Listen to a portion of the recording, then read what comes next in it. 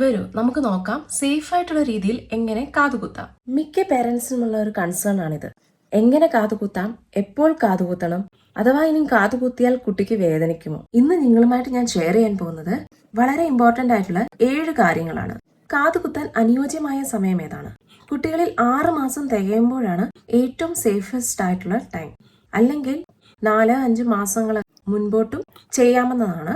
പക്ഷെ ശ്രദ്ധിക്കേണ്ട കാര്യം എന്ന് വെച്ചാൽ കുട്ടിക്ക് 3 ഡോസ് DPT വാക്സിൻ കംപ്ലീറ്റ് ആയി കിട്ടിയിരിക്കണം. രണ്ടാമതായി പെയിൻ കുറയ്ക്കാനുള്ള ലോക്കൽ അനസ്തറ്റിക് ഓയിൻമെന്റ്സ് ഒക്കെ അവൈലബിൾ ആണ്.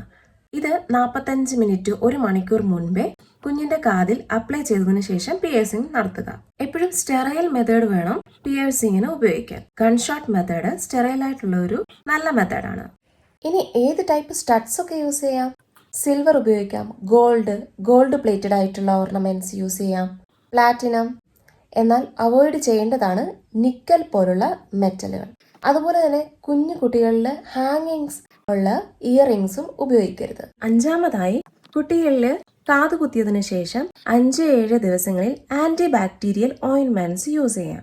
ആറാമതായി ശ്രദ്ധിക്കേണ്ട കാര്യം കുട്ടിയിൽ ഇൻഫെക്ഷനോ അലർജിയോ ഒന്നും ഉണ്ടാകുന്നില്ല എന്ന് ശ്രദ്ധിക്കണം. ചുവന്ന് തടിക്കുക, പസ് ഡിസ്ചാർജ് വരിക, പനി ഉണ്ടാകുക, ഇവയൊക്കെ ശ്രദ്ധിക്കേണ്ടതാണ്.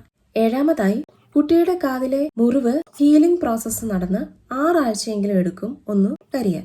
അതുവരെ ഈ ഇയറിംഗ്സ് അവിടെ ഉണ്ടായിരിക്കണം. അല്ലാത്ത പക്ഷം ആ ഹോൾ അടഞ്ഞു പോകുന്നതായിരിക്കും.